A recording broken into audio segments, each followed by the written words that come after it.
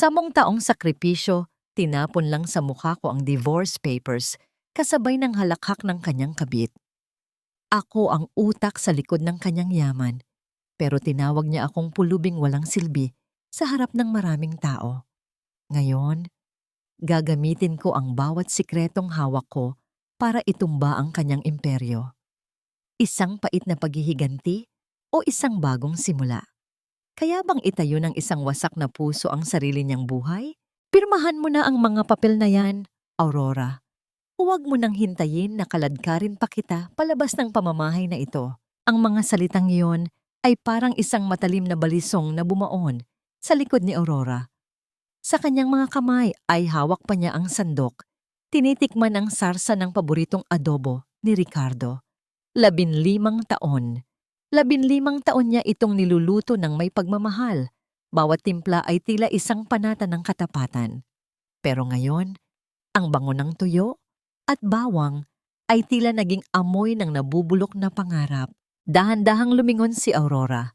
Doon, sa tapat ng hapagkainang pinaghirapan niyang bayaran, noong nagsisimula pa lamang sila, nakatayo si Ricardo. Hindi siya nag-iisa.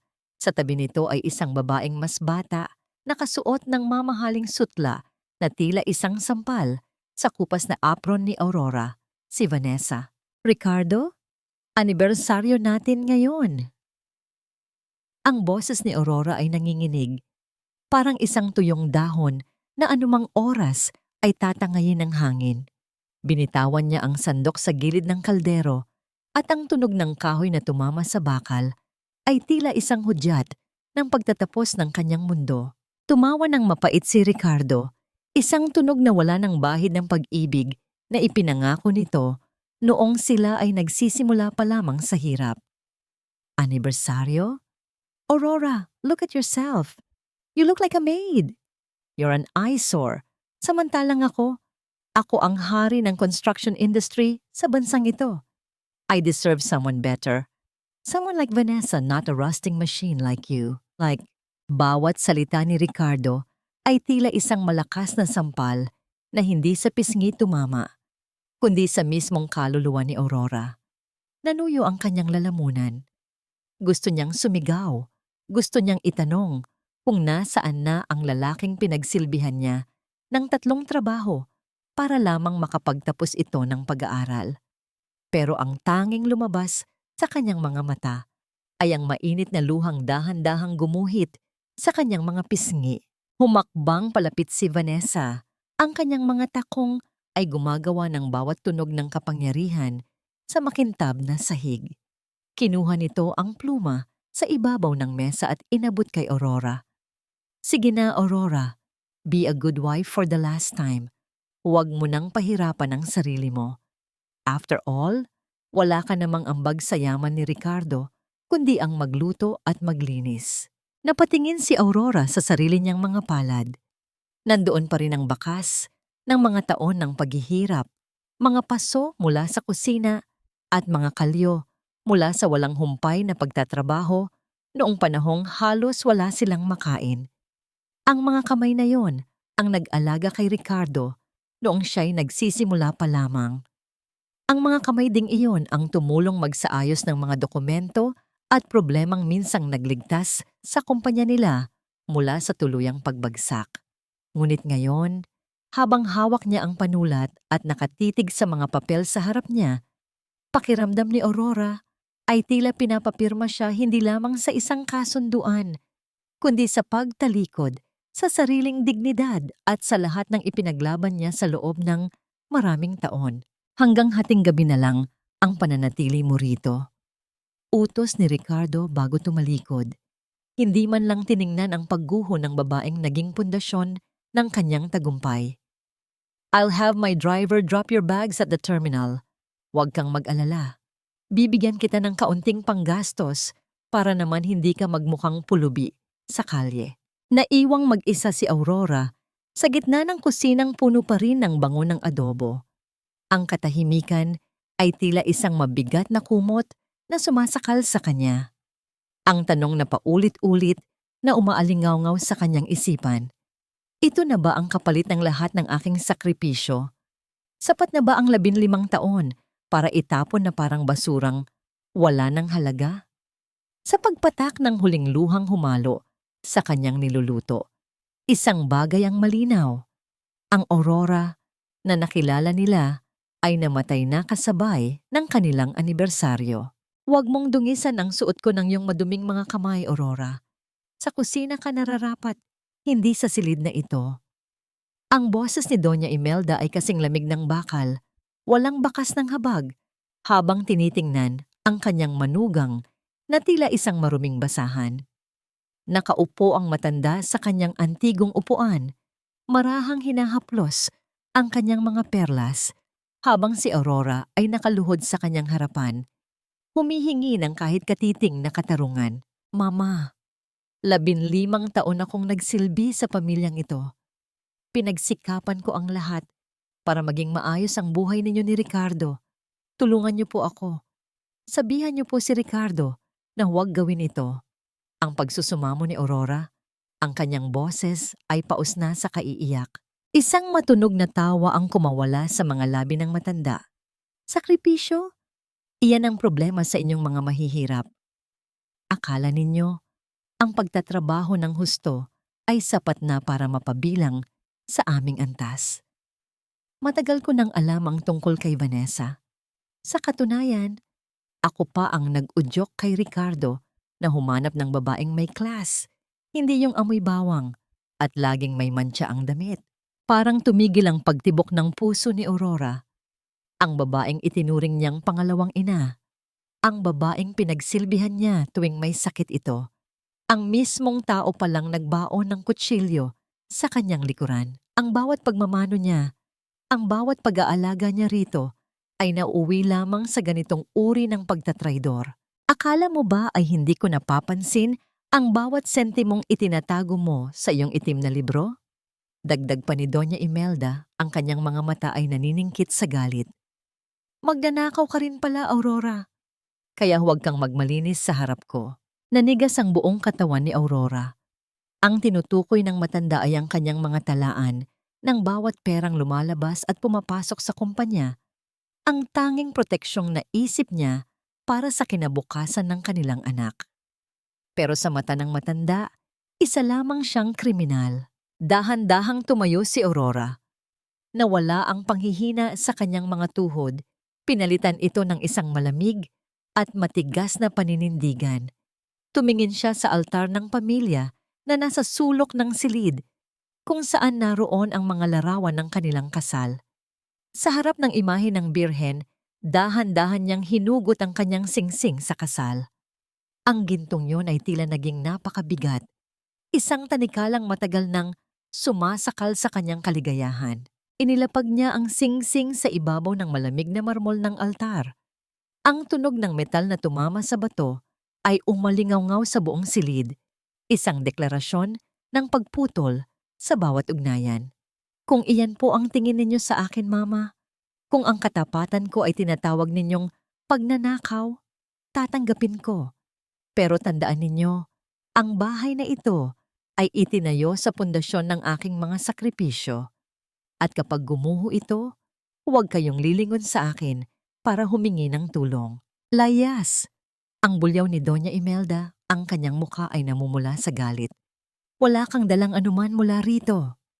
Lumabas si Aurora sa mansyon na tanging ang suot na damit at ang maliit niyang bag ang dala. Kasabay ng pagsasara ng malaking pintong bakal, ang langit ay tila nakiramay sa kanyang pait. Ang malakas na buhos ng ulan ay agad na bumasa sa kanyang katawan, ngunit hindi nito kayang hugasan ang hapdi sa kanyang dibdib. Tumayo siya sa gitna ng kalsada, walang payong, walang sasakyan, at walang matutuluyan. Ang bawat patak ng ulan sa kanyang mukha ay humahalo sa kanyang mga luha. Sa di kalayuan, nakita niya ang sasakyan ni Ricardo na papaalis kasama si Vanessa. Tila walang pakialam sa babaeng iniwan nila sa dilim at dusa. Hinawakan ni Aurora nang mahigpit ang kanyang bag, kung saan nakatago ang kanyang tunay na sandata, ang kanyang kaalaman at ang mga lihim na wawasak sa lahat ng kanilang tinatamasa. Ang tanong na lamang ay kung hanggang kailan siya mananatiling basa at nanginginig, sa ilalim ng ulan, bago magsimulang mag-alab ang kanyang paghihiganti. 0. Walang laman ang lahat ng pinaghirapan ko. Isang malaking kawalan ang itinumbas niya sa 15 taon kong pagtitiis. Ang puting resibo mula sa ATM machine ay mabilis na nabasa ng ulan sa nanginginig na kamay ni Aurora. Ang mga numero doon, ang 3 magkakasunod na 0, ay tila mga matang nanunuya sa kanya sa dilim. Hindi lang siya pinalaya sa bahay. Binura rin ni Ricardo ang lahat ng bakas ng kanyang pag-iral sa kanilang mga joint account. Wala siyang pambili ng pagkain, wala siyang pamasahe, at higit sa lahat, wala siyang matutuluyan sa gitna ng unos na ito. Bawat hakbang ni Aurora sa maputik na kalsada ay tila isang paglalakbay sa impyerno. Ang kanyang manipis na sapin sa paa ay matagal nang nabasag. Kaya naman, ang bawat matalas na bato at lamig ng semento ay direktang nararamdaman ng kanyang balat. Ang amoy ng basang aspalto at ang tunog ng rumagasang mga sasakyan sa kanyang tabi ay nagpapaalala sa kanya kung gaano siya kaliit sa mundong ito na dati ay pinagharian nila ni Ricardo. Tumigil siya sa ilalim ng isang lumang waiting shed sa gilid ng highway. Ang bubong na yari sa yero ay may mga butas, kaya naman ang tubig ay malayang dumadaloy pababa na tila mga luhang hindi na maubos-ubos mula sa langit. Doon, sa sulok ng madilim na shed, ay may isang matandang telebisyon na nakabukas sa loob ng isang maliit na tindahang sarado na. Ang balita ay tungkol sa grand launching ng bagong Skyway project ng kumpanya ni Ricardo. Nakita ni Aurora ang mukha ng kanyang asawa sa screen, mukhang masaya, kagalang-galang, at puno ng tagumpay. Kasunod nito ay ang paglitaw ni Vanessa na nakasuot ng isang makinang na gown habang nakakapit sa braso ni Ricardo. Ang bawat ngiti nila ay tila mga karayom na tumutusok sa nagdurugong puso ni Aurora. Sa gitna ng panginginig sa lamig, dinukot ni Aurora ang kanyang kamay sa bulsa ng kanyang basang jacket. Doon ay naramdaman niya ang isang maliit na pakete ng biskwit na medyo durog na. Ito ang biskwit na itinago niya sana para sa merienda ng kanyang anak na si Maya noong hapon bago naganap ang lahat. Dahan-dahan niyang binuksan ang pakete at kinain ang durog na biskwit habang ang luha ay humahalo sa alat nito. Sa bawat pagnguya, isang sumpa ang unti-unting nabubuo sa kanyang isipan. Ang biskwit na ito, ang huling pagkain na kakanin niyang may lasa ng pagkatalo. Ganyan ba talaga ang tadhana? Ang mga nagtatayo ng pundasyon, sila rin ang unang ibinabaon sa limot? Ang kanyang tinig ay halos pabulong na lamang, nalulunod sa ingay ng ulan. Napatingin siya sa dulo ng kalsada kung saan ang mga ilaw ng lungsod ay tila mga bituing hindi niya maabot. Ngunit sa gitna ng kadiliman, naalala niya ang isang lumang susi na nakatago sa lining ng kanyang maliit na bag. Ang susi sa lumang paupahan ng kanyang yumaong ama sa Tondo, isang lugar na matagal nang kinalimutan ni Ricardo dahil sa kahihiyan sa kanyang pinagmulan. Isang malakas na kidlat ang gumuhit sa kalangitan na nagbigay ng pansamantalang liwanag sa paligid. Sa saglit na iyon, nakita ni Aurora ang kanyang refleksyon sa isang malaking tipo ng tubig sa semento. Hindi na ito ang babaeng umiiyak at nagmamakaawa. Ang mga mata niya ay nag-umpisang magkaroon ng isang uri ng ningas na hindi kayang patayin ng anumang ulan. Bumalik sa kanyang pandinig ang boses ni Ricardo, ang mga salitang tumawag sa kanya na walang silbi at kalawangin. Ngunit habang hawak niya ang maliit na susi sa kanyang palad, isang misteryosong alaala ang nagbalik sa kanya. Ang dahilan kung bakit hindi kailanman binuksan ni Ricardo ang isang particular na vault sa kanilang opisina nang wala siya. May isang dokumentong nakatago doon na si Aurora lang ang nakakaalam kung paano babasahin. Isang dokumentong maaaring maging mitya ng pagsabog ng buong imperyo ng mga manloloko. Tumayo si Aurora, hinayaan ang ulan na humampas sa kanyang mukha nang hindi na kumukurap. Ang tanong ngayon ay hindi na kung saan siya matutulog, kundi kung paano siya makakabalik sa loob ng kumpanyang akala ni Ricardo ay kanya na ng buo. Sa kanyang paghakbang paalis sa shed, isang anino ang tila sumusunod sa kanya mula sa madilim na bahagi ng kalsada. Isang taong matagal nang nagmamasid sa kanyang bawat paghihirap. Ang tanging naiwan sa akin ay ang mga alaala ng isang buhay na pilit kong kinalimutan para lamang maging karapat-dapat sa mundong pumatay sa aking pagkatao. Ang bawat hakbang ni Aurora sa makikid na eskinita ng tondo ay parang paglalakad sa isang panaginip na puno ng tinik.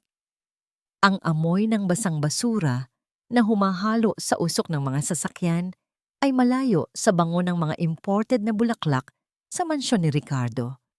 Dito siya nagsimula, sa gitna ng ingay ng mga batang naglalaro sa ulan at mga kapitbahay na nagtatalo sa tapat ng sari-sari store. Ngunit ngayon, bumabalik si siya rito, hindi bilang isang matagumpay na babae, kundi bilang isang sugatang mandirigma na naghahanap ng kanyang huling sandata. Huminto siya sa harap ng isang lumang pintuan na gawa sa ukit na kahoy. Ang pintura nito ay halos matuklap na sa katandaan. Ang kalawang sa lumang trangka ay tila nanunuya, tumutol sa bawat pihit ng kanyang nanginginig na kamay hanggang sa marinig ang isang matigas na pag-angat ng bakal na nagpapahintulot sa kanyang makapasok. Ang loob ng silid ay madilim, mabaho ang hangin dahil sa alikabok at amag, na tila ba ang mismong panahon ay huminto rito noong araw na namatay ang kanyang ama. Dahan-dahang lumapit si Aurora sa isang lumang aparador sa sulok. Ang kanyang mga daliri ay humahaplos sa ibabaw ng kahoy, nararamdaman ang bawat ukit at gasgas na tila ba binabasa niya ang kasaysayan ng kanyang pagdurusa.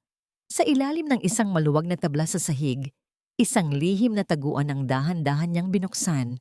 Doon, sa gitna ng kadiliman, ay nakahiga ang isang itim na kwaderno, ang itim na libro na matagal na niyang itinatago mula pa noong unang taon ng kumpanya ni Ricardo. Kinuha niya ang libro at marahang hinipan ang makapal na alikabok na nakabalot dito. Sa loob nito ay hindi lamang mga numero at transaksyon ang nakasulat. Naroon ang bawat huling sentimo na kinuha ni Ricardo mula sa mga maliliit na subcontractor, ang bawat suhol na ibinigay nito sa mga opisyal, at ang mga peking pirma na mismong si Aurora ang napilitang gawin dahil sa pag-ibig. Ang bawat pahina ay basa ng kanyang pawis at ngayon ng kanyang mga luha. Akala mo ba ay natapos na ang lahat sa pagpirma ko sa mga papel na yon, Ricardo? Ang boses ni Aurora ay parang isang bulong mula sa kailaliman ng lupa, malamig at puno ng puot. Ang itim na librong ito ang magiging mitya ng iyong pagbagsak. Dito nakasulat kung paano mo ninakaw ang kinabukasan ng maraming tao, kabilang na ang sa akin. Habang mahigpit niyang yakap ang kwaderno sa kanyang dibdib, isang hindi maipaliwanag na pakiramdam ang dumaloy sa kanyang gulugod. Ang katahimikan sa loob ng silid ay biglang nabasag ng tunog ng isang mabigat na hakbang sa labas ng pintuan. Ang anino na kanina pa sumusunod sa kanya sa kalsada ay narito na, huminto sa mismong tapat ng pinto. Napatitig si Aurora sa hawakan ng pinto na dahan-dahang gumagalaw pababa. Ang kanyang puso ay tila isang tambol na nagwawala sa loob ng kanyang dibdib. Bawat pintig ay nagpapaalala sa kanya na wala na siyang ibang matatakbuhan. Sa gitna ng dilim, tanging ang ningning ng kanyang mga mata ang makikita. Isang ningning na hindi mula sa takot, kundi mula sa isang determinasyong hindi kayang basagin ng kahit na sinong kaaway. Sino ang nangahas na sundan siya sa kuta ng kanyang nakaraan? Isang tauhan ba ni Ricardo na inutusan upang bawiin ang libro? O isang multo mula sa kanyang kahapon na magdadala ng panibagong pasakit? Bago pa man bumukas ang pinto ng tuluyan, naramdaman ni Aurora ang hapdi ng isang sugat sa kanyang daliri na nag-umpisang magdugo. Ang patak ng dugo ay bumagsak sa unang pahina ng itim na libro na tila ba isang madugong kontrata para sa isang digmaang wala ng atrasan. Huwag kang matakot, Aurora. Ako lang ito, ang iyong dating kapitbahay na hindi nakalimot sa iyong kabutihan. Ang pinto ay dahan-dahang bumukas, ngunit hindi ang mukha ng isang kaaway ang bumungad kay Aurora. Sa halip, ang liwanag mula sa poste sa labas ay nagbigay daan sa anyo ni Aling Rosa, ang matandang nagtitinda ng kakanin na tinulungan ni Aurora noong mawalan ito ng pambayad sa renta. Maraming taon na ang nakalilipas. Ang pag-aalala sa mga mata ng matanda ay tila isang mainit na haplos sa nanlalamig na puso ni Aurora. Aling Rosa? Akala ko po ay kung sino na.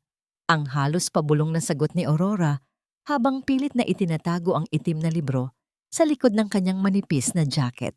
Narinig ko ang balita sa radyo at nakita kita kaninang naglalakad sa ulan. Alam kong babalik ka rito dahil wala ka ng ibang matutuluyan, sabi ni Aling Rosa habang iniaabot ang isang mainit na balot ng pandesal at isang lumang kumot. Kahit anong mangyari, dito sa Tondo, hindi kami tumatalikod sa mga taong nagmalasakit sa amin. Magpahinga ka muna, iha. Bukas, kailangan mong maging matatag. Nang makaalis ang matanda, tiningnan ni Aurora ang pandesal. Ang simpleng pagkain na ito ay mas masarap pa sa anumang huling hapunan sa mansyon. Dito niya naramdaman ang tunay na pundasyon, hindi semento o bakal, kundi ang malasakit ng mga taong walang-wala.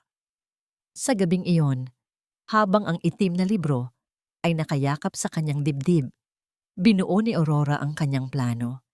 Hindi siya lalaban bilang si Aurora na asawa ng isang bilyonaryo. Lalaban siya bilang ang babaeng walang mukha, ang aninong hindi nila mapapansin. Kinaumagahan, kumuha si Aurora ng isang pares ng gunting. Sa harap ng basag na salamin, dahan-dahan niyang ginupit ang kanyang mahaba at alagaing buhok. Ang bawat hibla na nalalaglag sa sahig ay tila mga bahagi ng kanyang lumang pagkatao na tuluyan na niyang tinatapon.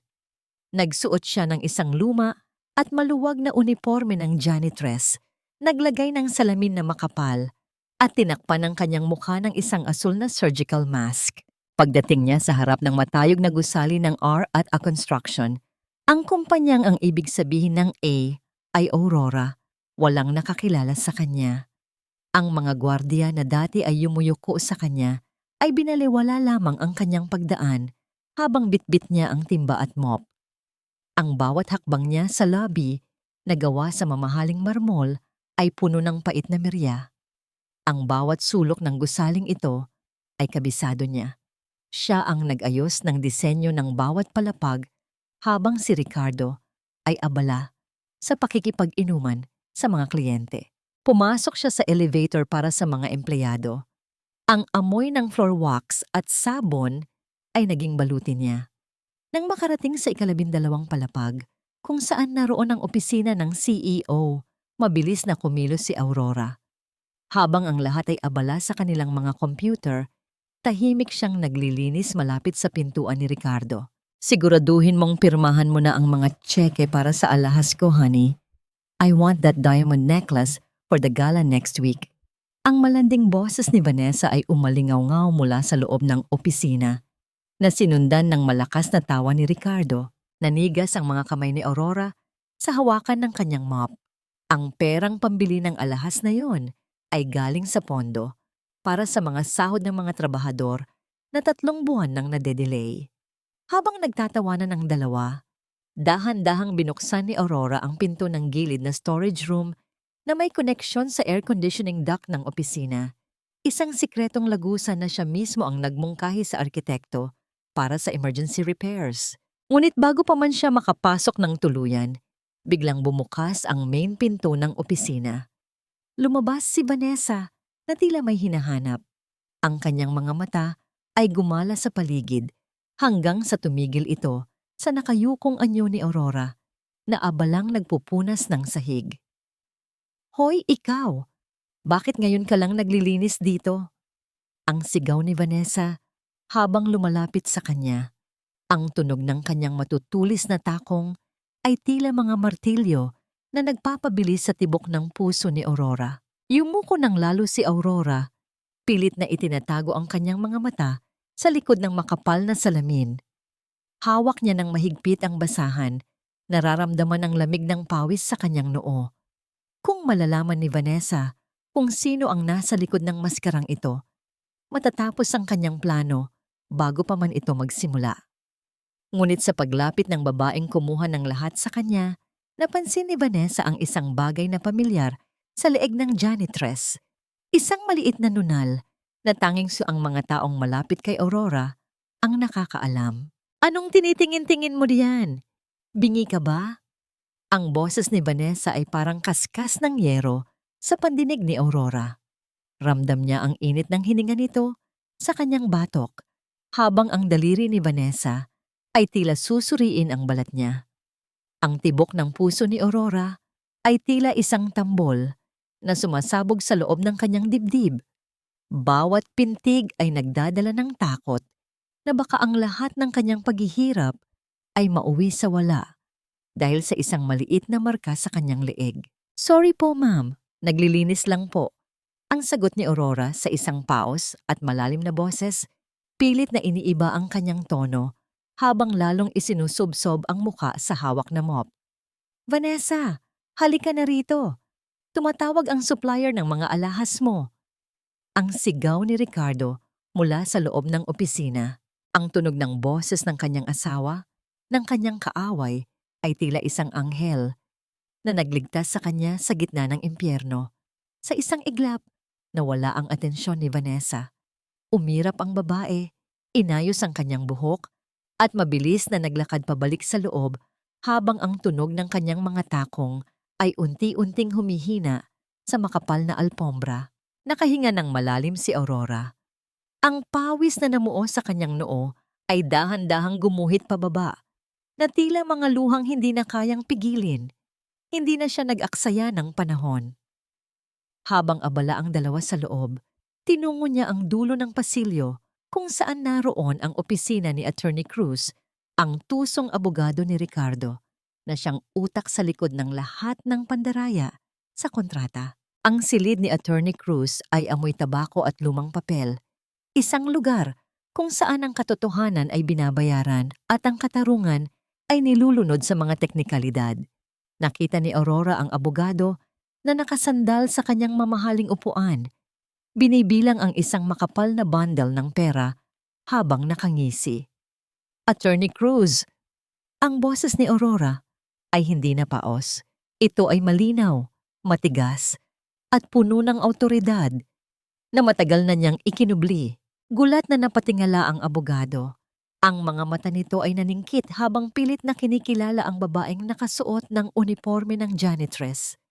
Nang dahan-dahang tanggalin ni Aurora ang kanyang maskara at salamin, ang mukha ni Attorney Cruz ay tila nawala ng kulay, naging kasing puti ng papel na nasa kanyang mesa. Aurora? Anong ginagawa mo rito? Paano ka nakapasok? Ang nauutal na tanong ng abogado habang pilit na itinatago ang pera sa ilalim ng mga folder. Dahan-dahang lumapit si Aurora at inilapag ang itim na libro sa ibabaw ng mesa. Ang tunog ng pagbagsak ng kwaderno sa kahoy ay tila isang hatol ng kamatayan. Alam nating dalawa kung ano ang nakasulat dito, Attorney Cruz. Hindi lang ang mga nakaw na yaman ni Ricardo ang narito.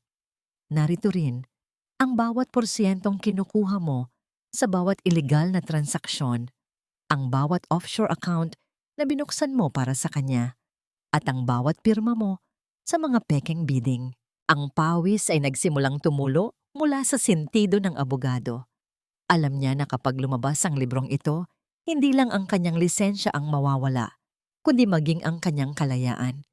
Ang bawat pahina ng kwadernong yun ay tila rehas na unti-unting bumabalot sa kanya. Ano ang gusto mo? Ang mahinang tanong ni Attorney Cruz. Ang kanyang pagiging mayabang ay tuluyan ng gumuho. Tinitigan siya ni Aurora ng diretso sa mga mata. Ang kanyang tingin ay tila isang apoy na sumusunog sa bawat kasinungalingan ng lalaki. Hindi ko kailangan ng pera mo. Gusto ko ang katapatan mo. Hindi kay Ricardo, kundi sa akin. Ikaw ang magsisilbing mata at tenga ko sa loob ng opisinang ito. Isusumbong mo sa akin ang bawat galaw niya, ang bawat balak niya sa aming anak, at ang bawat ebidensyang kailangan ko para ibaon siya sa limot. At kung tumanggi ako, ang huling pagtatangka ng abogado na manindigan. Kung gayon, ang susunod na makakabasa nito ay ang Bureau of Internal Revenue at ang NBI. Ang malamig na sagot ni Aurora habang marahang hinahaplos ang pabalat ng libro. Pumili ka, Attorney Cruz, isang buhay sa loob ng madilim na selda, kasama ang mga kriminal na niloko mo rin, o ang maging kakampi ng babaeng tinulungan mong wasakin, pero ngayon ay siyang may hawak ng iyong leeg. Ang katahimikan sa loob ng opisina ay naging napakabigat. Tanging ang tunog ng relo sa dingding ang naririnig, na tila bawat segundo ay nagpapapaalala kay Attorney Cruz na wala na siyang oras para mag-isip. Sa labas, ang langit ay muling nagdidilim, nagbabanta ng isang mas malakas na bagyo na wawasak sa lahat ng pundasyong itinayo sa kasinungalingan. Ang laso ng pagdududa ay mas mabilis kumalat kaysa sa anumang sakit, at sa sandaling pumasok ito sa puso ng isang taong gahaman, wala itong ititirang buo. Nanatili si Aurora sa anino ng pasilyo. Ang kanyang hawak na mop ay dahan-dahang gumagalaw sa sahig, ngunit ang kanyang buong atensyon ay nasa loob ng opisina ni Ricardo. Sa tulong ni Attorney Cruz, ang unang binhi ng pagkakasira ay naitanim na. Alam ni Aurora ang kahinaan ni Ricardo, ang kanyang labis na pagmamahal sa pera, at ang kanyang pagiging praning na baka may nagnanakaw sa kanya, gaya ng ginawa niya sa iba. Sa loob ng silid, ang boses ni Ricardo ay naging matalas at puno ng hinala. Vanessa, ano itong nakita ni Attorney Cruz sa mga records? Bakit may malalaking halaga na nawawala sa marketing budget at napupunta sa isang personal account? Ang tunog ng pagbagsak ng mga dokumento sa mesa ay tila isang malakas na paghagupit sa katahimikan ng silid. Mula sa kanyang kinalalagyan, nakita ni Aurora sa refleksyon ng salamin ang pamumutla ni Vanessa. Ang babaeng dati ay puno ng kumpiyansa, ay tila nawalan ng dila sa harap ng nagngangalit na asawa. Honey, hindi ko alam yan. Baka nagkamali lang si Attorney Cruz. You know how much I love you. Why would I steal from you? Ang paos na sagot ni Vanessa, ang kanyang boses ay nanginginig sa takot. Love, huwag mong gamitin ang salitang, yan sa akin, Vanessa. Alam ko kung paano gumalaw ang pera. Ang bulyaw ni Ricardo. Ang bawat salita niya ay tila isang palasong tumatama sa dibdib ni Vanessa. Ang parehong mga salitang ginamit niya laban kay Aurora noong nakaraang gabi. Habang nagtatalo ang dalawa, dahan-dahang pumasok si Aurora sa opisina para kunwari ay kunin ang basurahan. Nakayuko siya.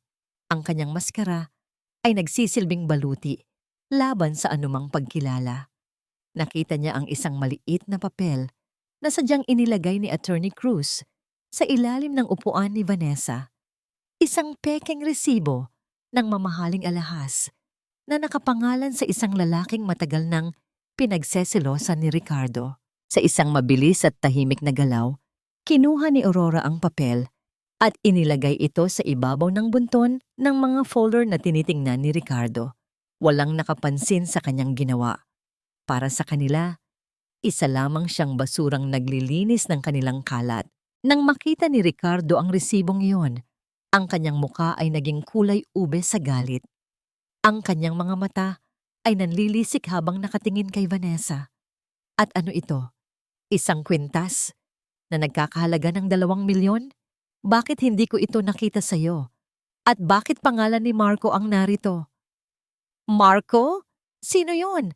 I don't know what you're talking about. Ang sigaw ni Vanessa, na ngayon ay umiiyak na sa desperasyon. Liar! Ang sigaw ni Ricardo habang hinahablot ang braso ng babae. Ang tunog ng pagkakasabog ng mga gamit sa mesa ay umaling-awngaw sa buong palapag. Pinanood ni Aurora ang eksena nang may malamig na pakiramdam sa kanyang puso. Walang awa, walang pagsisisi. Ito ang bunga ng mundong itinayo nila sa kasinungalingan. Ang pundasyon ng kanilang relasyon ay buhangin. At ngayon, ang tubig ng katotohanan ay unti-unti na itong tinatangay. Lumabas si Aurora sa opisina. Bitbit ang basurahan na tila wala siyang narinig. Ngunit sa likod ng kanyang maskara, ang kanyang mga labi ay bahagyang gumalaw sa isang mapait na ngiti. Ang pagdududa ay nagsimula na, at alam niyang sa bawat gabi na magkasama ang dalawa, hindi na pagmamahal ang mamumuno sa kanilang kama, kundi ang takot at hinala. Habang naglalakad siya sa pasilyo, naramdaman ni Aurora ang bigat ng itim na libro sa kanyang bag. Hindi pa ito ang katapusan. Ang pag-aaway ng dalawa ay simula pa lamang ng kanyang obra maestra. Ngunit habang papalapit siya sa elevator, nakita niya ang isang pamilyar na anyo na naghihintay sa kanya sa labas. Isang taong hindi niya inaasahang makikita sa loob ng kumpanya. Isang taong may hawak ng isang lihim na maaaring magpabago sa takbo ng kanyang paghihiganti. Napahinto ang paghinga ni Aurora nang makilala niya ang lalaki. Ito ay walang iba, kundi ang dating bodyguard ni Ricardo na tinanggal nito nang walang bayad. Ang taong nakakaalam kung nasaan ang kinaroroonan ng kanyang anak na si Maya. Nasaan ang anak ko, Ben? Huwag mo akong lalaruin dahil wala na akong ititira sa inyong lahat. Ang boses ni Aurora ay tila isang babala mula sa isang nananahimik na bulkan. Sa madilim na sulok ng fire exit, ang amoy ng luma at kinakalawang na bakal ay humahalo sa bigat ng hangin. Si Ben, ang dating bodyguard na laging nakatitig sa kawalan, ay dahan-dahang tumingin sa mga mata ni Aurora. Sa kabila ng suot nitong uniforme ng janitress at makapal na salamin, nakilala siya nito. Dahil si Ben ang tanging saksi sa bawat gabing hindi natutulog si Aurora para lamang ayusin ang mga gulo ni Ricardo. Alam ko kung gaano ka nasasaktan, Ma'am Aurora. Ang mahinang sagot ni Ben, ang kanyang boses ay puno ng pagsisisi. Tinanggal ako ni Sir Ricardo nang walang kahit anong bayad dahil lang sa hindi ko sinunod ang utos niyang itago sa inyo ang mga lakad nila ni Vanessa. Pero ang mas masakit, ginagamit nila si Maya para kontrolin kayo. Isang matalas na kirot ang gumuhit sa dibdib ni Aurora, na tila ba ang kanyang puso ay pinipiga ng isang dambuhalang kamay.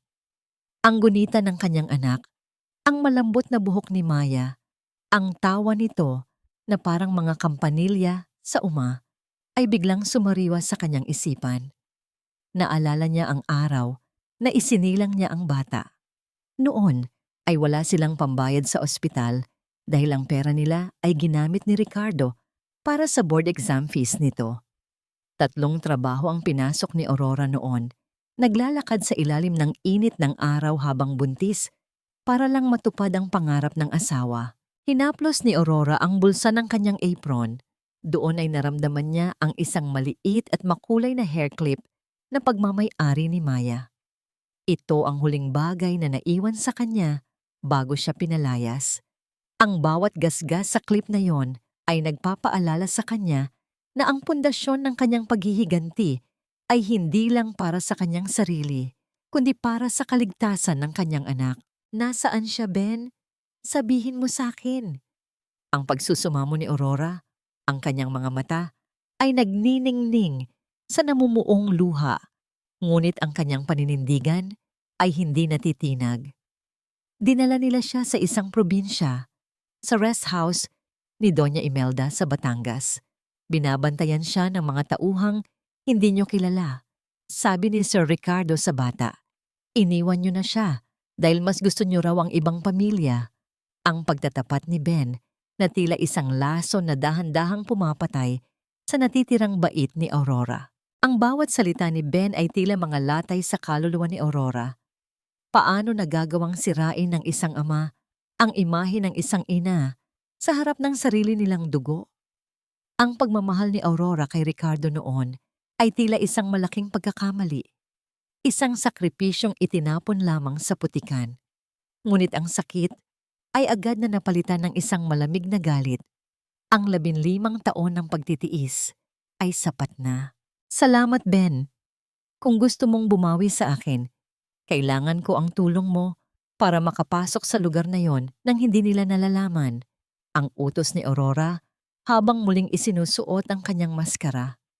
Huwag kang mag-alala. Ang bawat sentimong hindi ibinayad sa iyo ni Ricardo, babawiin natin ng may interes. Naglakad palayo si Aurora. Ang tunog ng kanyang mga luma at gasgas na sapatos sa semento ay tila isang martsa ng digmaan. Ngunit bago siya makalabas ng fire exit, isang pamilyar na amoy ng mamahaling pabango ang humarang sa kanyang daan. Ang amoy ng vanilla at roses, ang pabango ni Vanessa. Nanigas ang buong katawan ni Aurora nang marinig ang tunog ng pagpihit ng pintuan.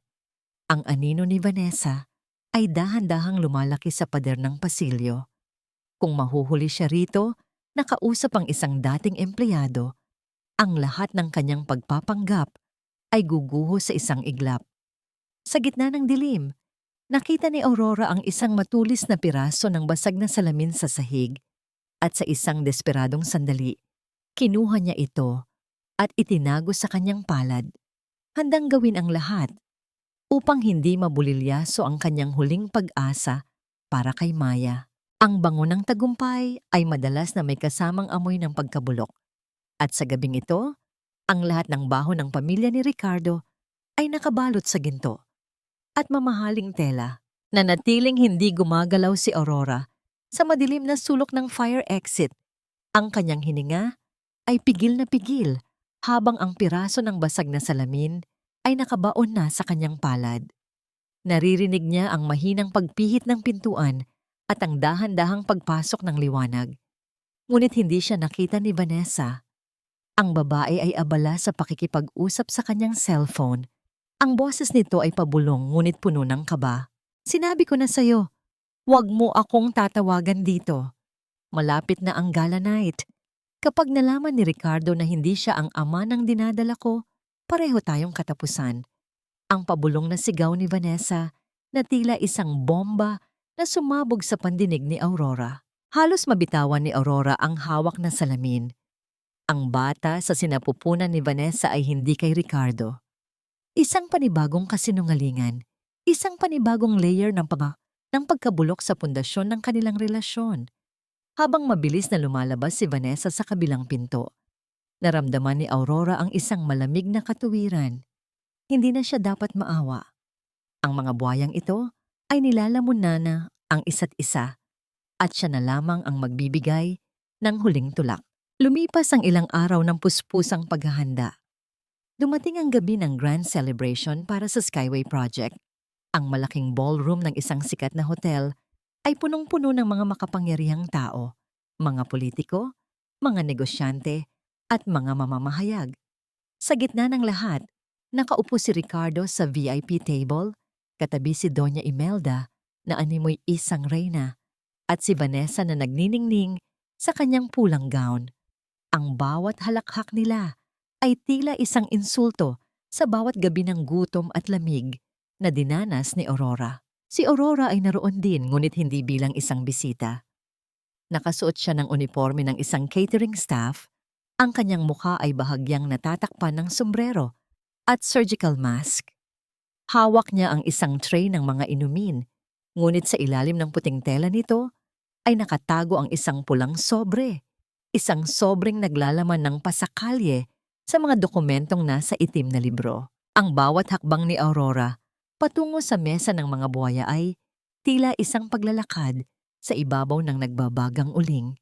Nararamdaman niya ang panginginig ng kanyang mga kamay, hindi dahil sa takot, kundi dahil sa labis na pananabik na makita ang pagguho ng kanilang mga ngiti. Ang tunog ng mga kubyertos na tumatama sa porselana at ang marangyang musika sa paligid ay tila unti-unting nawawala. Napapalitan ng tibok ng kanyang puso na kasing lakas ng isang paparating na unos. Nang makarating siya sa gilid ni Ricardo, dahan-dahan niyang inilapag ang isang baso ng alak. At kasabay nito, mabilis niyang isiniksik ang pulang sobre sa gitna ng mga folder na nakapatong sa mesa. Ang sobre ay tila isang bukas na sugat sa ibabaw ng maputing tela ng hapagkainan. Ano ito? Ang tanong ni Ricardo. Ang kanyang boses ay narinig ni Aurora sa kabila ng ingay ng paligid. Hindi sumagot si Aurora. Mabilis siyang tumalikod at naglakad palayo.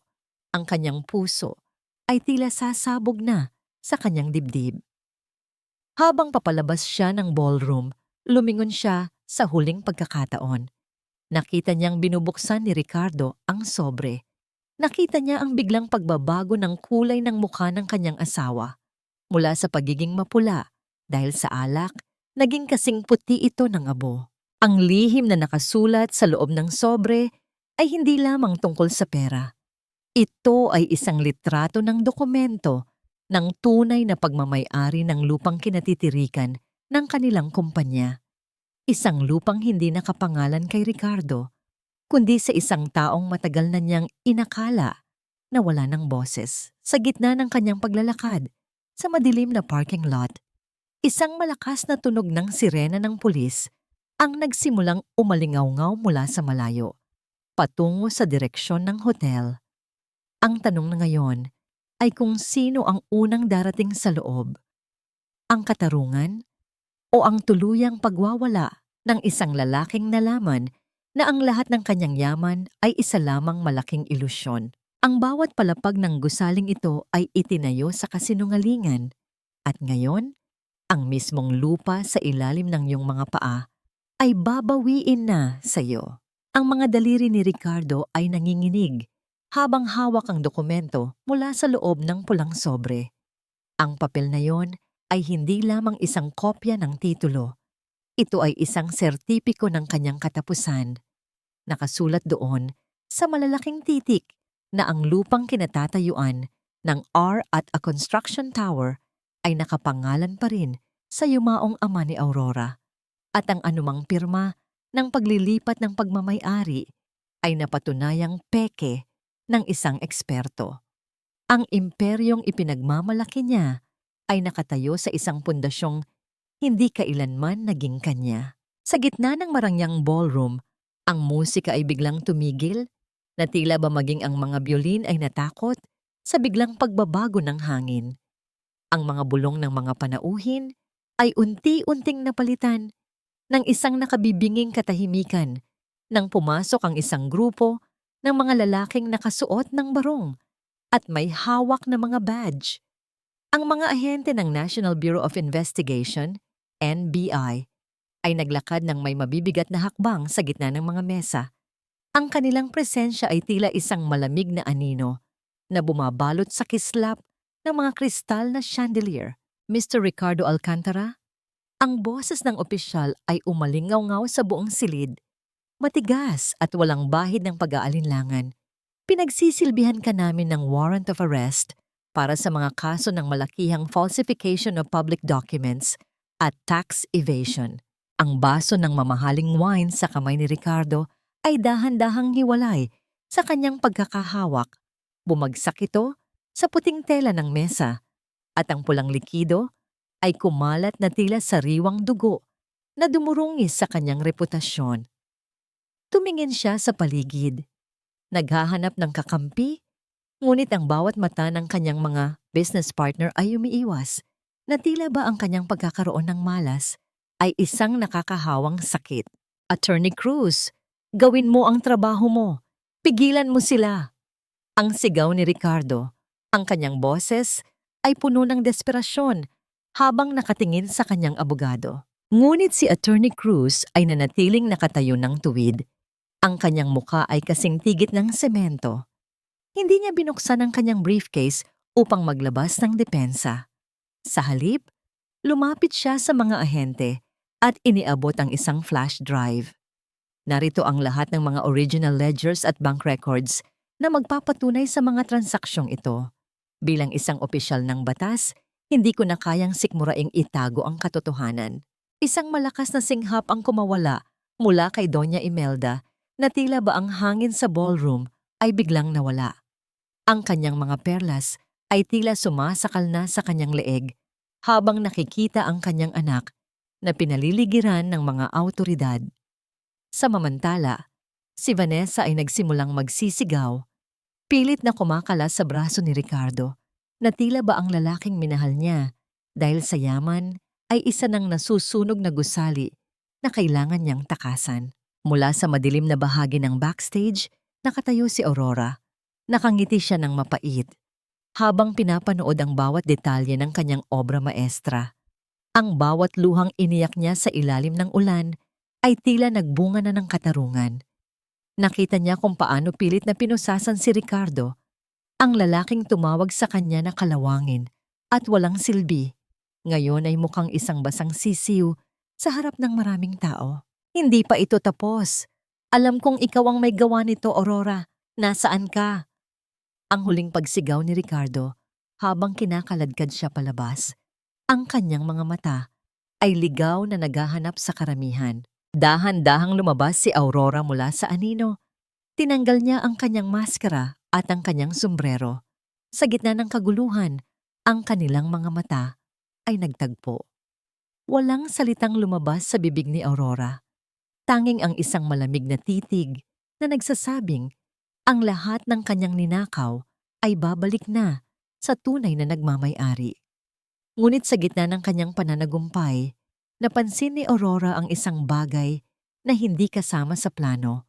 Isang hindi pamilyar na lalaki na nakatayo sa likuran ni Vanessa na may hawak na isang itim na envelope na tila ba may dalang panibagong pasabog na hindi inaasahan ni Aurora. Hindi mo ako matatalo, Aurora. Isang hamak na accountant ka lang na pinulot ko sa putikan. Lahat ng meron ka, utang mo sa akin. Ang bulyaw ni Ricardo ay umalingaw-ngaw sa marangyang ballroom na tila isang huling hininga ng isang naghihingalong halimaw. Ang kanyang mga pulso ay mahigpit na ginagapusan ng malamig na bakal at sa bawat pagpiglas niya, ang tunog ng kadena ay tila isang mapait na musika sa pandinig ng mga taong dati ay hinahamak niya. Ngunit sa harap ng kanyang nagngangalit na asawa, nanatiling nakatayo si Aurora ng may dignidad. Ang kanyang dating suot na uniforme ng janitress ay tila isang baluting naging simbolo ng kanyang muling pagsilang. Dahan-dahang lumapit si Aurora. Ang bawat hakbang niya sa makintab na sahig ay puno ng awtoridad na hindi kayang bayaran ng kahit anong yaman. Tumigil siya sa harap mismo ni Ricardo, sapat na malapit, para maamoy ang buo ang halo-halong amoy ng mamahaling alak at ang malansang pawis ng takot mula sa lalaki. Ang mga mata ni Aurora, na dati ay puno ng pagsinta, ngayon ay tila dalawang malalim at madilim na lawa na walang bakas ng kahit anong emosyon. Hindi kita tinalo, Ricardo. Ang boses ni Aurora ay malamig. Walang panginginig. Tila isang hatol mula sa langit. Ikinulong mo ang sarili mo sa mga pader na itinayo mo gamit ang nakaw na semento at pekeng pirma. Ako lang ang nagbukas ng ilaw para makita ng mundo kung gaano kabulok ang loob ng iyong kumpanya. Isang malakas na sampal ng katotohanan ang gumuhit iba sa mukha ni Ricardo nang makita niya ang mga mamamahayag na abala sa pagkuha ng litrato. Ang kanyang pagkatao na maingat niyang binuo sa loob ng 15 taon ay gumuho sa loob lamang ng isang gabi. Sa tabi niya, si Vanessa ay nanginginig sa takot. Pilit na itinatago ang kanyang muka sa likod ng kanyang mga mamahaling alahas na tila ba kaya nito siyang protektahan mula sa kahihiyan. Ngunit ang atensyon ng lahat ay nabaling sa lalaking nakatayo sa likuran ni Vanessa. Ang lalaking may hawak ng itim na envelope. Dahan-dahan itong lumapit at iniabot ang sobre kay Aurora. Ma'am Aurora, narito ang mga ebidensya ng tunay na relasyon ni Vanessa at ng kanyang kasabwat na si Marco. At ang resulta ng DNA test na kinuha namin mula sa klinik na pinupuntahan niya. Ang katahimikan sa loob ng ballroom ay naging napakabigat. Tila ba ang bawat hininga ng mga tao ay tumigil. Binuksan ni Aurora ang sobre at kinuha ang mga dokumento. Sa bawat pahinang binabasa niya, ang pait sa kanyang puso ay unti-unting napapalitan ng isang uri ng awa para kay Ricardo. Isang awa na mas masakit pa kaysa sa galit. Ricardo, tingnan mo ang babaeng pinili mo kaysa sa amin ni Maya, sabi ni Aurora habang iniaabot ang mga litrato. Ang sanggol na inaakala mong magpapatuloy ng iyong pangalan ay hindi kailanman naging sayo. Niloko ka ng babaeng binigyan mo ng lahat ng ninakaw mo sa akin. Ang hiyaw ng galit ni Ricardo ay tila isang kidlat na bumasag sa huling pag-asa ng gabi. Sinubukan niyang dambahan si Vanessa kahit na may mga posas siya, ngunit mabilis siyang napigilan ng mga ahente. Sa gitna ng kaguluhan, si Vanessa ay tila isang basang sisiw na pilit na tumatakas, ngunit ang bawat daan ay sarado na para sa kanya. Nanatiling nakatayo si Aurora. Pinapanood ang dalawang taong nagwasak sa kanyang buhay habang unti-unti nilang nilalamon ng isa't isa. Ito ang golden moment na hindi niya inaasahan. Ang makita ang kanyang kaaway na hindi lang natalo ng katarungan, kundi natalo ng sarili nilang mga kasinungalingan. Isang maliit na ngiti ng mapait na tagumpay ang gumuhit sa kanyang mga labi. Ngunit agad itong nawala nang maalala niya ang kanyang anak. Nasaan si Maya, Ricardo? Ang tanong ni Aurora. Ang kanyang boses ay muling naging puno ng pangamba. Sabihin mo sa akin kung nasaan ang anak ko bago ka tuluyang mawala sa buhay namin. Tumingin si Ricardo kay Aurora. Ang kanyang mga mata ay puno ng lason at puot. Hinding-hindi mo siya makikita, Aurora. Kung mawawala ako, sisiguraduhin kong wala ka ring babalikan. Ang anak mo ay nasa lugar na hinding-hindi mo maiisip. At sa oras na ito, baka wala na siyang maalala tungkol sa isang inang katulad mo. Ang bawat salita ni Ricardo ay tila isang punyal na bumaon sa dibdib ni Aurora. Ang kanyang mundo na akala niya ay buo na dahil sa katarungan ay muling nayanig. Sa labas ng hotel, ang ulan ay muling nagsimulang pumatak. Tila mga luha ng isang inang muling nawalan ng direksyon sa gitna ng kanyang pananagumpay. Ang tanong na ngayon ay kung sapat ba ang lahat ng yaman at kapangyarihang nabawi niya kung ang tanging dahilan ng kanyang pagbangon ay nananatiling nakakulong sa kamay ng mga taong wala ng takot mawalan. Ang ginto ay nasusunog din at sa pagkakataong ito, ang apoy ng katotohanan ang tumutupok sa bawat hiyas na iyong ipinagmamalaki. Ang bawat hakbang ni Aurora sa loob ng mansyon ay tila isang pagbabalik sa isang libingan.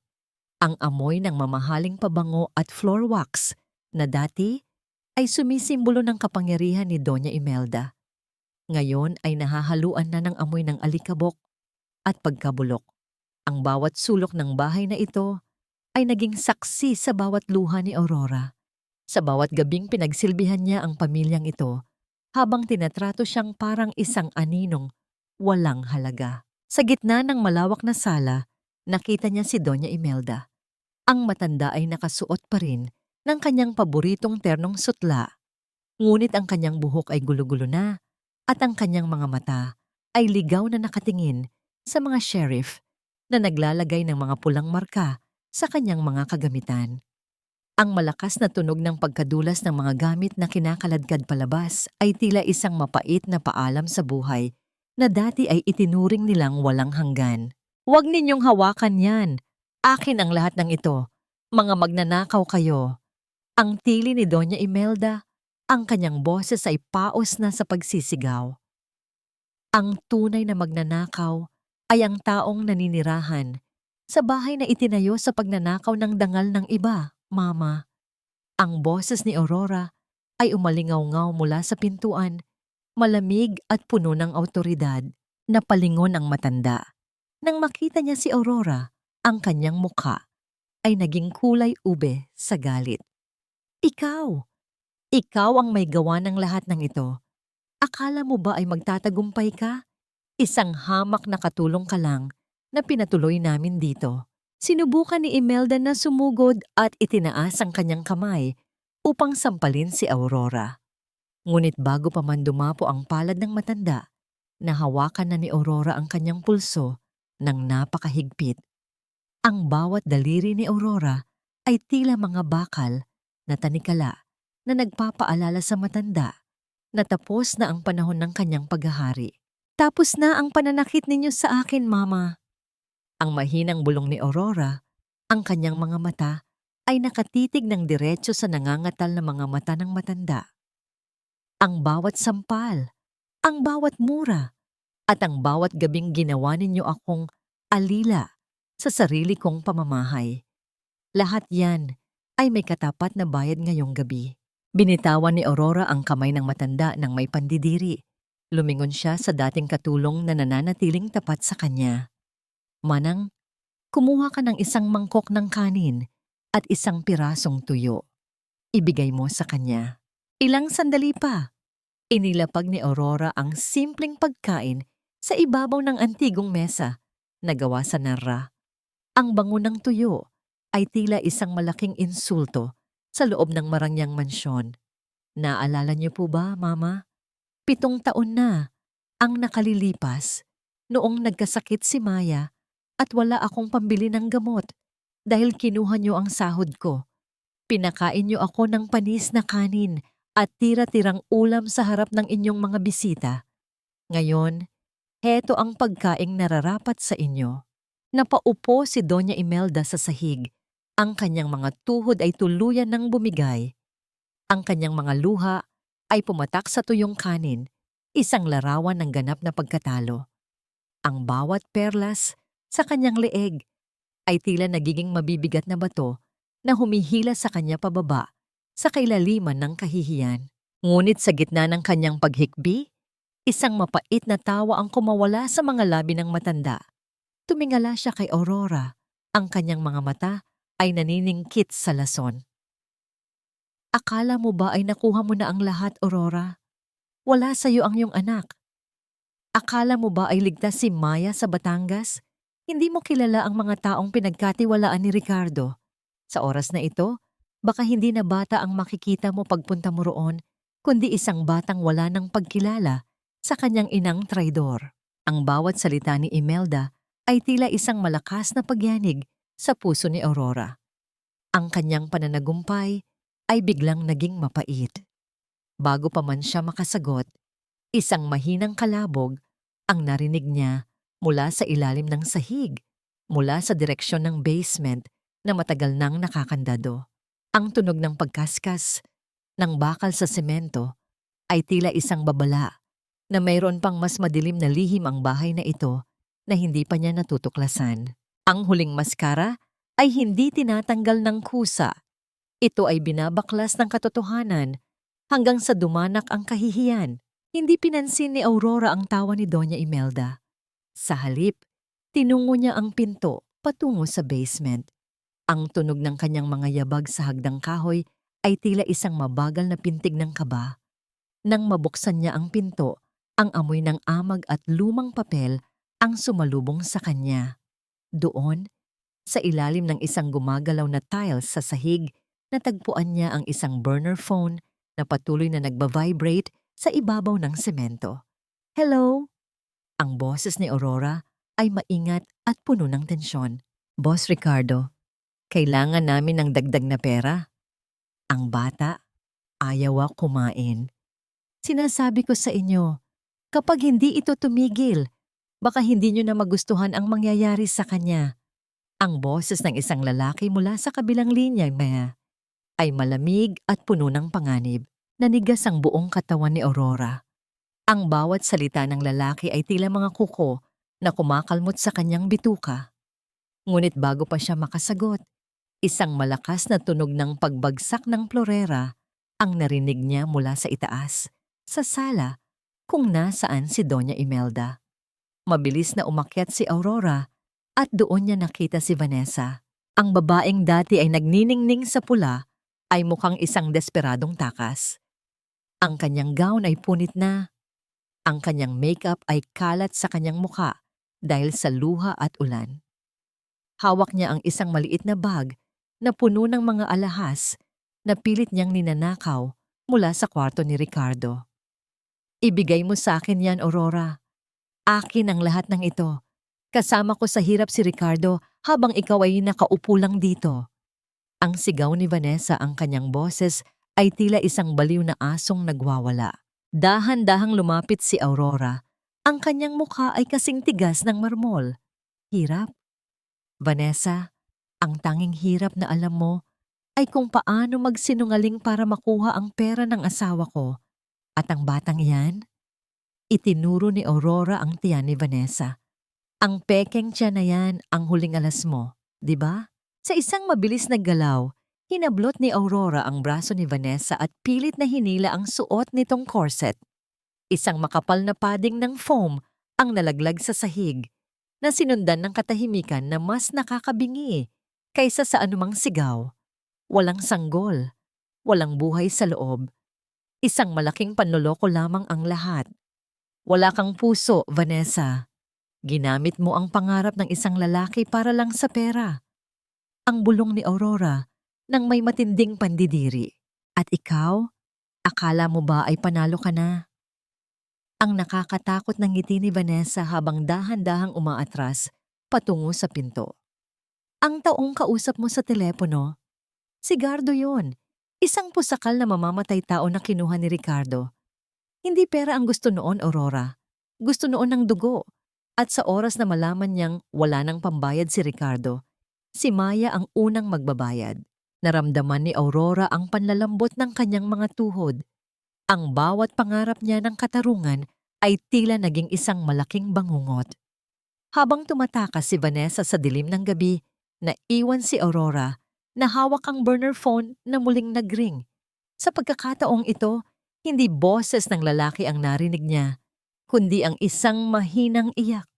Mama, Mama, natatakot po ako. Ang dilim-dilim po rito. Ang boses ni Maya ay tila isang punyal na bumaon sa pinakamalalim na bahagi ng puso ni Aurora. Ang kanyang mundo ay muling nagdilim, at sa harap ng naghihingalong si Doña Imelda at nang nawawalang si Vanessa, naramdaman ni Aurora na ang tunay na laban ay magsisimula pa lamang. Ang bawat tibok ng relo ay tila isang hatol ng kamatayan, ngunit para sa isang inang nawalan ng lahat, ang bawat segundo ay isang pagkakataon para sa muling pagsilang. Hindi hinayaan ni Aurora na lamunin siya ng takot. Sa gitna ng dilim ng mansyon, mabilis na kumilos ang kanyang mga daliri sa keyboard ng laptop na naiwan ni Ricardo. Ang kanyang utak, na sinanay sa mga komplikadong numero at transaksyon, ay naging isang matalas na radar.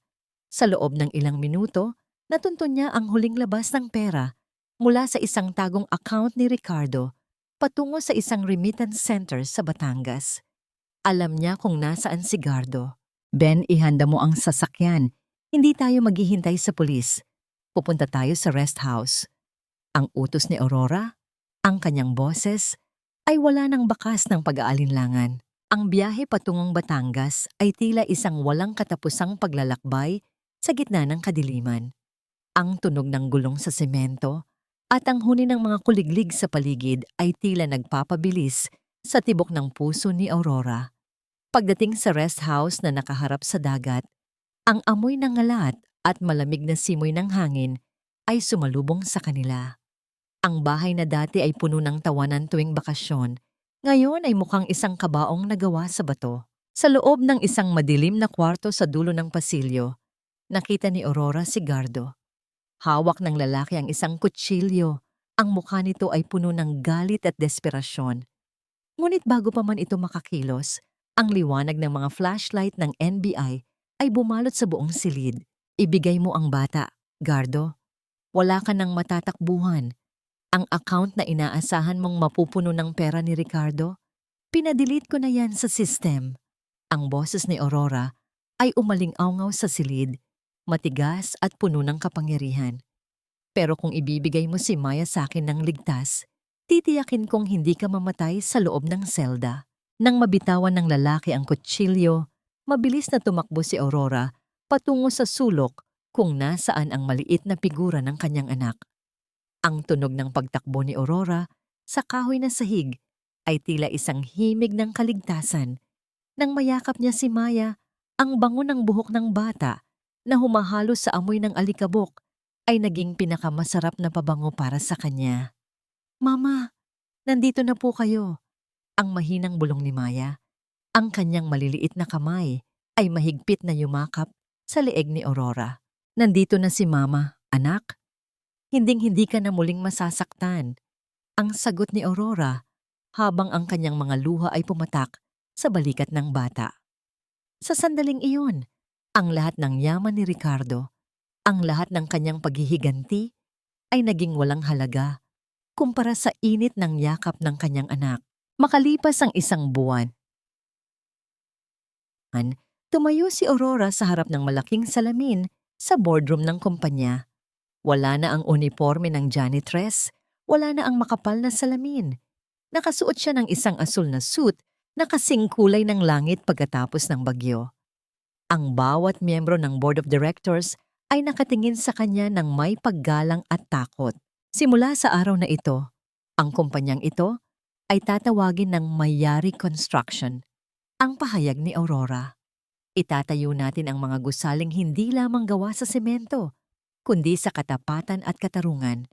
At sa sino mang susubok na dungisan ang pangalang ito, tandaan ninyo, alam ko kung paano binibilang ang bawat sentimo. Ang tunog ng palakpakan ay umalingaw-ngaw sa silid, ngunit ang pansin ni Aurora ay naagaw ng isang sobrang iniabot ng kanyang secretary. Galing ito sa New Bilibid Prison. Sa loob ay may isang sulat mula kay Ricardo, ang sulat na tila huling lason mula sa nakaraan. Aurora, akala mo ba ay ikaw ang nagwagi? Tanungin mo ang sarili mo kung bakit ang ama mo ay namatay na mahirap habang ako ay biglang yumaman. Hanapin mo ang dokumentong nakatago sa ilalim ng pundasyon ng lumang bodega. Doon mo malalaman ang tunay na utang na loob na kinalimutan mo. Nanlamig ang mga kamay ni Aurora. Ang tagumpay na akala niya ay ganap na ay tila may panibagong lamat. Sa labas ng bintana, ang araw ay sumisikat na, ngunit ang anino ng nakaraan ay tila ayaw pa ring lumisan. Ang tunay na katarungan ay hindi lamang ang pagpapakulong sa may sala, kundi ang pagbawi sa dangal na pilit ibinaon sa limot ng maraming taon. Ang bawat hakbang ni Aurora sa loob ng lumang bodega ay tila pagbabalik sa isang panahon na puno ng pait. Ang amoy ng kalawang at luma na kahoy ay sumalubong sa kanya, kasabay ng malamig na ihip ng hangin na nagmumula sa mga bitak ng pader. Sa ilalim ng isang mabigat na haligi ng semento, dahan-dahan niyang hinukay ang lupa hanggang sa maramdaman niya ang matigas na bakal ng isang maliit na kahon.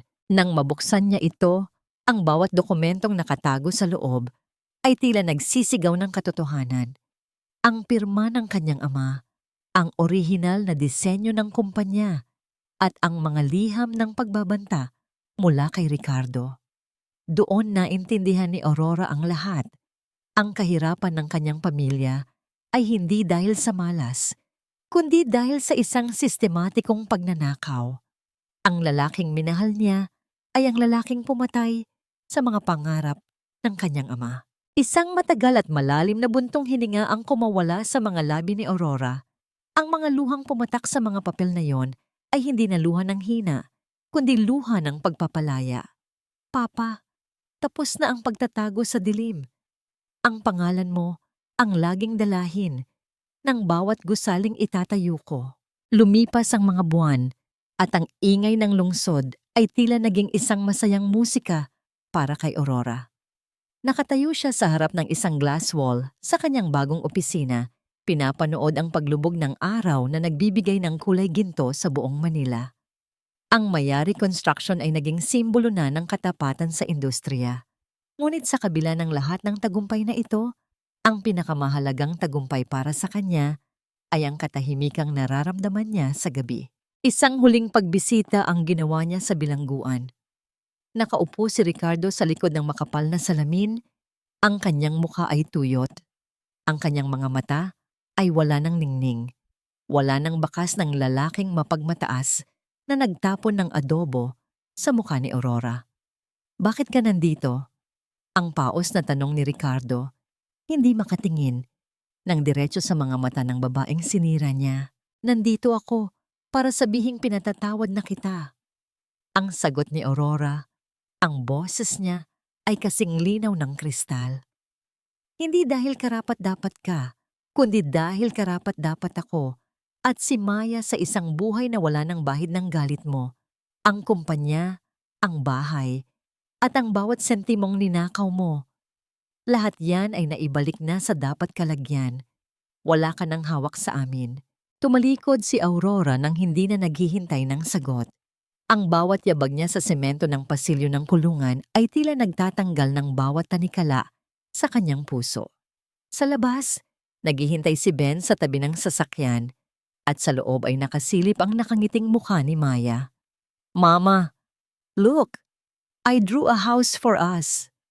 Ang masayang sigaw ng bata habang ipinapakita ang isang papel na puno ng makukulay na guhit.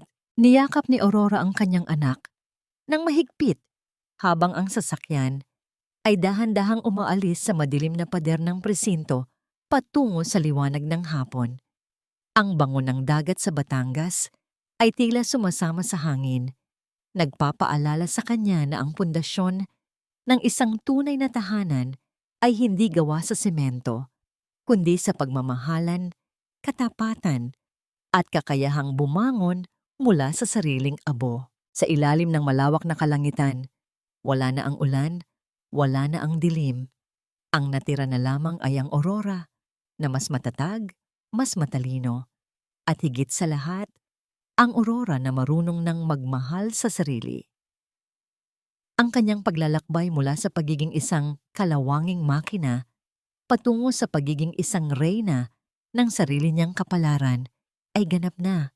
Sa bawat patak ng alon sa pampang, ang tanging maririnig ay ang bulong ng kapayapaan.